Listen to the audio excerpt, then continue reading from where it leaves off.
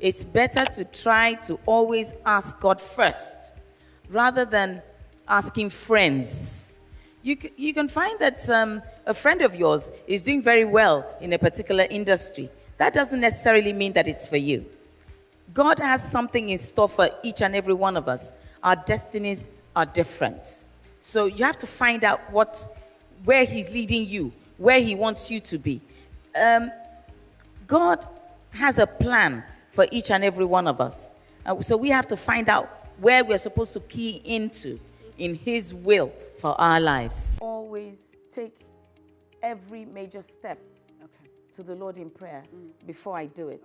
And He does talk to me in my dream. It's only God who could have brought an executive secretary into the business, the serious business of oil exploration and production. It's only God who could have brought me from a Muslim background, a Muslim family, to become a born-again Christian.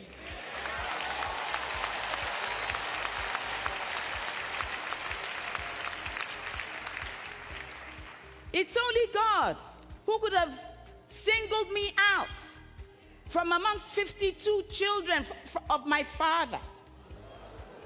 Yes, for a divine assignment that he has for my life. It's only God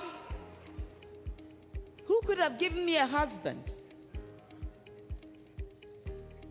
in a marriage that's been going on, waxing strong for 38 years now.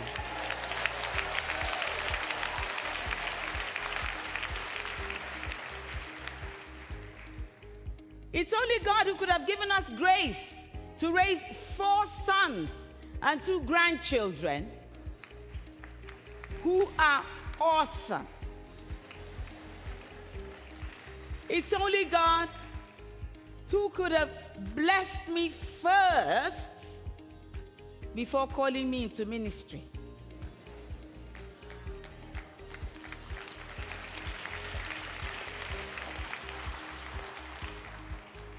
I'm not done yet. Right. He is, as I said, a God of excellence. He expects us to do things in excellent fashions. So we have to do our homework. We have to research. We can't fold our arms and say, well, they said there's a God and He's supposed to do things for us, and we just expect that the miracles will just come, flowing down. That's not the way it works. I'm going to be able to achieve, and am I going to be able to do this? Is this something that I'm going to love doing? Because every time that we get up to go to work in the morning, we have to look forward to going to work, not grumbling before we go to work. If it's not your line of business or the kind of thing that you would enjoy doing, then you're in the wrong line of business.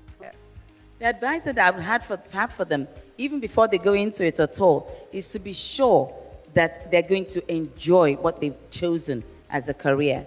Because it can be quite intimidating, it can be very, very challenging.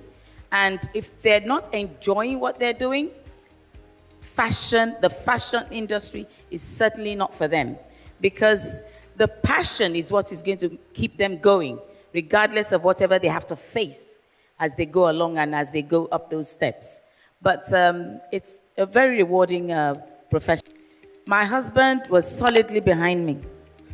There were many times that I would go back home crying, and he would say, oh, enough of that. After all, we're not starving. After all, we are comfortable.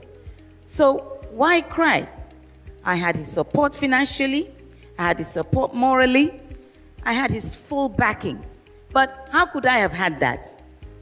I give glory to God that I had a settled home. I had a balanced relationship with my husband and with my children. And that could help me to dare to dare. Wow. I'm not one to take no for an answer, because I love to take challenges and, go the extra mile and try to see to its logical conclusion. Last time I went to see the minister, before that minister was changed, he then said to me that, okay, you've come with all these ideas, but you know what this government wants? This government wants Nigerians to be involved in Nigeria's exploration and production. That so far up till then, that it has been multinationals that had been taking advantage, reaping the benefits. That had been taking advantage of the oil industry in Nigeria. So they want Nigerians to begin to do that. So I felt, okay, I guess this is saying, this is not for the likes of you. Enough. There's no point coming back. I went back with drooped shoulders. But then, because I'm not one to take no for an answer, because I love to take challenges and, go the extra mile and try to see to its logical conclusion. So it seemed as if that door was shut again. Three times. That was 3 times. Yes. I didn't give up. I knew that this is a door that I should find a way to get something out of it. And it seemed as if that door was shut.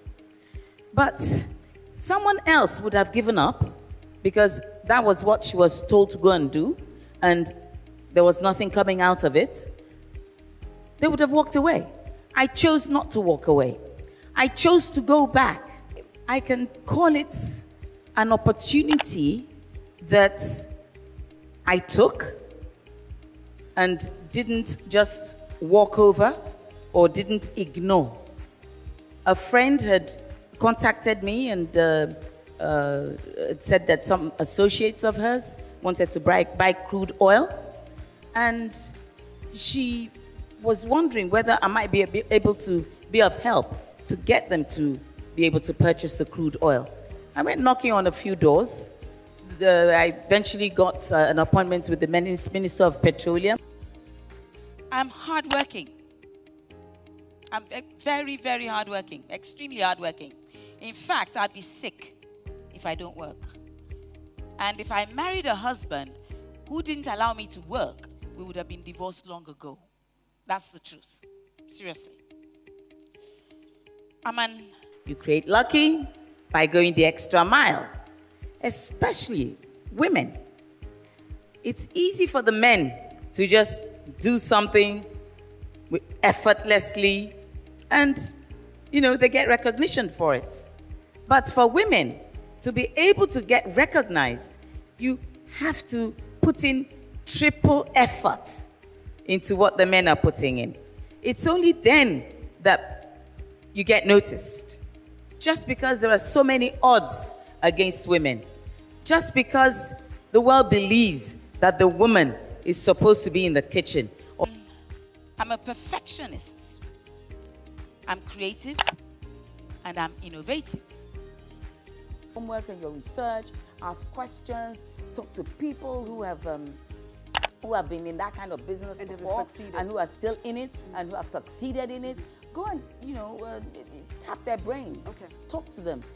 Get some, learning curves from them. Yes. I mean, maybe they were the first few that were in that line of business, maybe in that country. Mm-hmm. So they've gone through several challenges, and they've learned a few things going down that road. Yes. So you can cut off some of that by asking them and talking to them. And I believe that, they're always willing to give tips. I'm inquisitive. I've always had an inquisitive mind ever since I've known myself.